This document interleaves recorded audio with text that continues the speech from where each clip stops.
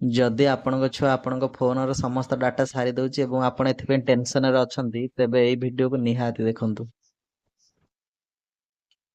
ପ୍ରଥମେ ମୋବାଇଲର ସେଟିଂକୁ ଯିବା। ସେଟିଂ।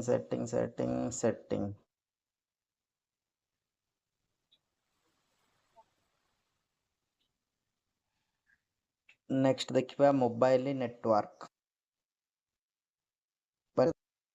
ଯାହା ଲେଖାଥିବ ଏଠି ଅନ୍ କଲା ପରେ ଲେଖା ହେଇଥିବ ଗୋଟେ ଅପସନ୍ ଥିବ ଡାଟା ୟୁଜେସ୍। ଡାଟା ୟୁଜେସ୍ ଉପରେ କ୍ଲିକ୍ କରିବା।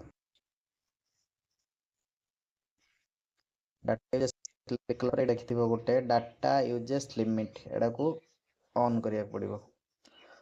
ଅନ୍ କଲା ପରେ ଏଠି ଲେଖା ହେଇଛି ଡେଲି ଡାଟା ୟୁଜ୍ ଲିମିଟ୍। ଏଠି ମୁଁ ଯେମିତି 200 ଡାଟା ସେଭ୍ କରି ରଖିଛି, ଆପଣ ସେମିତି ଚାହିଁଲେ ଆପଣଙ୍କ ମୁତାବକ କେତେ ଡାଟା ସାରିବାକୁ ଚାହୁଁଛନ୍ତି। ଯେତେବେଳେ ଆପଣଙ୍କ ଛୁଆ ଫୋନ୍ ମାଗୁଛି, ଆପଣ ତା ପାଇଁ 200 କି 500 MBର ଡାଟା ସେଟ୍ କରିପାରିବେ। ଏଠି ମୁଁ 200 ସେଟ୍ କରିଛି। 200 ସେଟ୍ କଲା ପରେ ଏଠି ଲେଖା ହେଇଛି ସେଣ୍ଡ ଆଲର୍ଟ ଓନ୍ଲି।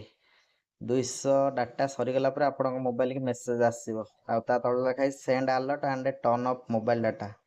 ଆର ମାନେ ହେଲା ଯଦି ଆପଣ 200 ସେଟ୍ କରିଦେଇଛନ୍ତି, ଆପଣଙ୍କ ପିଲା ଫୋନ୍ ଦେଖୁଛି, 200 ସରିଗଲା ପରେ ଅଟୋମେଟିକାଲି ଡାଟାଟା ଅଫ୍ ହେଇଯିବ।